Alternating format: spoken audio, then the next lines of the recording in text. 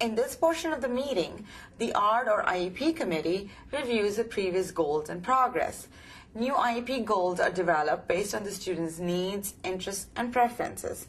The special education teacher, the general education teacher, and the CTE teacher review previous IEPs and progress, discuss proposed IEPs, discuss proposed modifications and accommodations, and discuss progress reporting.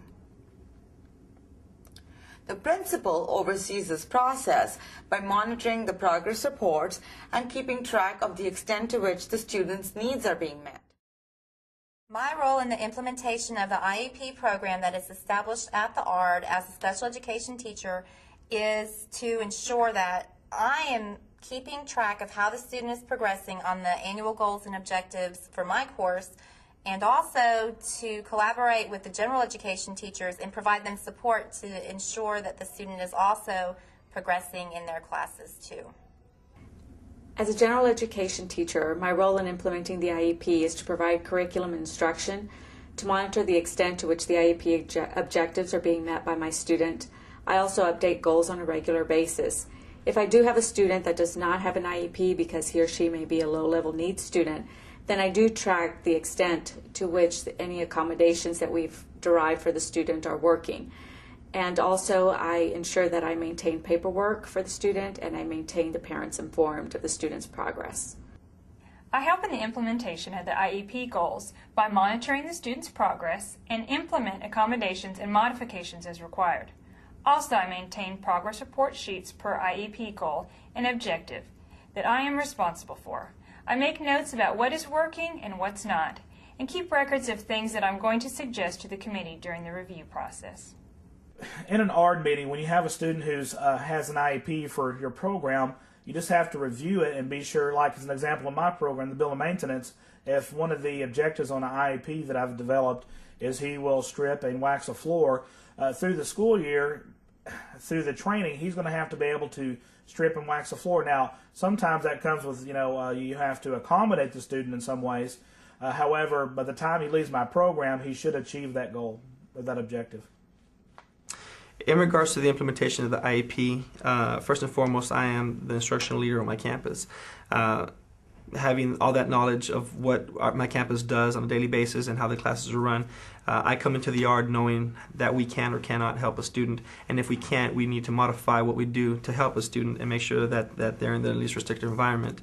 When the IEP is developed in the ARD, I come with the knowledge of being able to assist a child, and if we can't, we need to make the changes available. And during the students' enrollment here in the school, I monitor the students and the teachers to ensure that those IEP goals are being met for the student by the school. And if they're not, we always do something different for every, we can accommodate for all children. We modify for our kids as well, just to make them successful.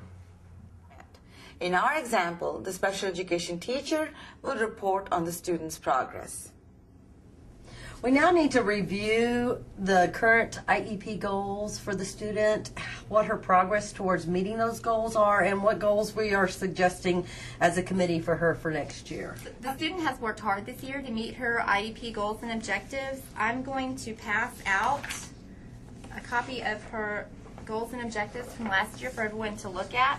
And I've already met with the student and the parent to talk about these, but this is for everyone in the committee to know how she's been doing.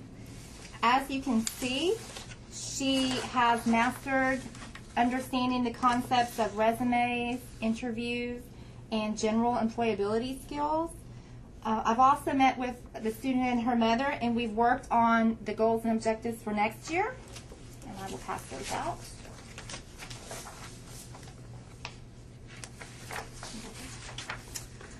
Some of the things that we would like to work on include being able to write a resume and participate in mock interviews. And also, given what I know about the students' interests and preferences, I've invited the CTE teacher here today. Thank you. At the end of that presentation, you heard the special education teacher mention her invitation to the CTE teacher. There are specific circumstances when a CTE teacher will be invited to the ARD meeting and has to be present. Our experts give us some examples. When CTE is considered as an option for a student, best practice would be for the student and the special education teacher to meet with the CTE teacher. They need to meet so that they could work together to develop the draft IEP goals and objectives that would be appropriate for that student. Also, the CTE teacher should attend the student's ARD meeting so that they can be a part of that committee decision. I do sometimes attend an ARD meeting as a CTE representative. This happens when a concerned classroom CTE teacher's schedule does not permit him or her to attend. In such cases, I will meet with the CTE teacher and get as much information as I can about their course, whether it be clothing construction or child growth and development. Also, I would try to see if we can get the CTE teacher, special education teacher, and general education teacher, along with the parent, to meet before the ARD meeting. That way there are no surprises for any of us. When a CTE course is recommended for a student, CTE teachers or a representative have to be involved and be at the ARD meeting. Best practice would be that the CTE teacher of the course recommended would be attending the ARD. The CTE teacher needs the opportunity to interview the student, to review attendance and records and referrals.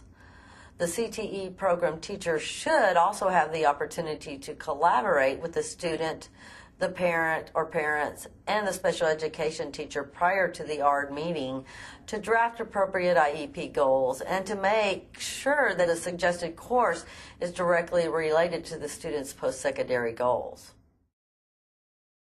One of the best practices that we do follow here on this campus is to have the career and technology teacher present at all ARDs. And what that helps is it facilitates the student going into that classroom and knowing what's expected of them as well. The career and technology teacher here allows the student to be exposed to different opportunities outside of school and beyond. The counseling services do go into post-secondary education. The career and technology teacher not only does that, but goes beyond to include the technical fields, the job market out there, and prepare students for that environment as well. Our teacher, I know, maintains the students a plan, a transition plan, and a training plan for them that includes resume skills, job skills, absenteeism, a lot of the things that the student needs after school, after graduation, to be successful as well.